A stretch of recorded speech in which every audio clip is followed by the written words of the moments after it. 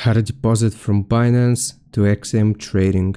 Here's what you need to do. First, sign into your Binance account. Then you will hover over your icon and you wanna go into the dashboard. Once you're taken to your Binance dashboard, you will click on Assets and then Overview.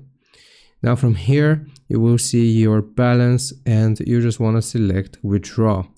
Once you click on Withdraw, choose the coin which you want to deposit or withdraw, and here is where you will need to enter the address and also select the network for your XM account. So make sure you have the same network here. You will need to go into your XM account, then you will click on the wallet icon, and here we will choose deposit. Now, depositing crypto is not going to be available for all regions, but if it's available to you, you will see an option crypto here, and you will just choose crypto. It's going to give you your wallet address and also the network. You can select whichever network you want. Then you will go back to Binance. You will enter the address in this field, and also you will select the same network which you were given by XM Trading.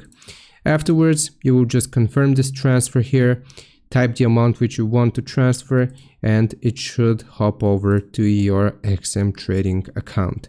I hope this helps. Leave a like and subscribe, and I'll see you next time.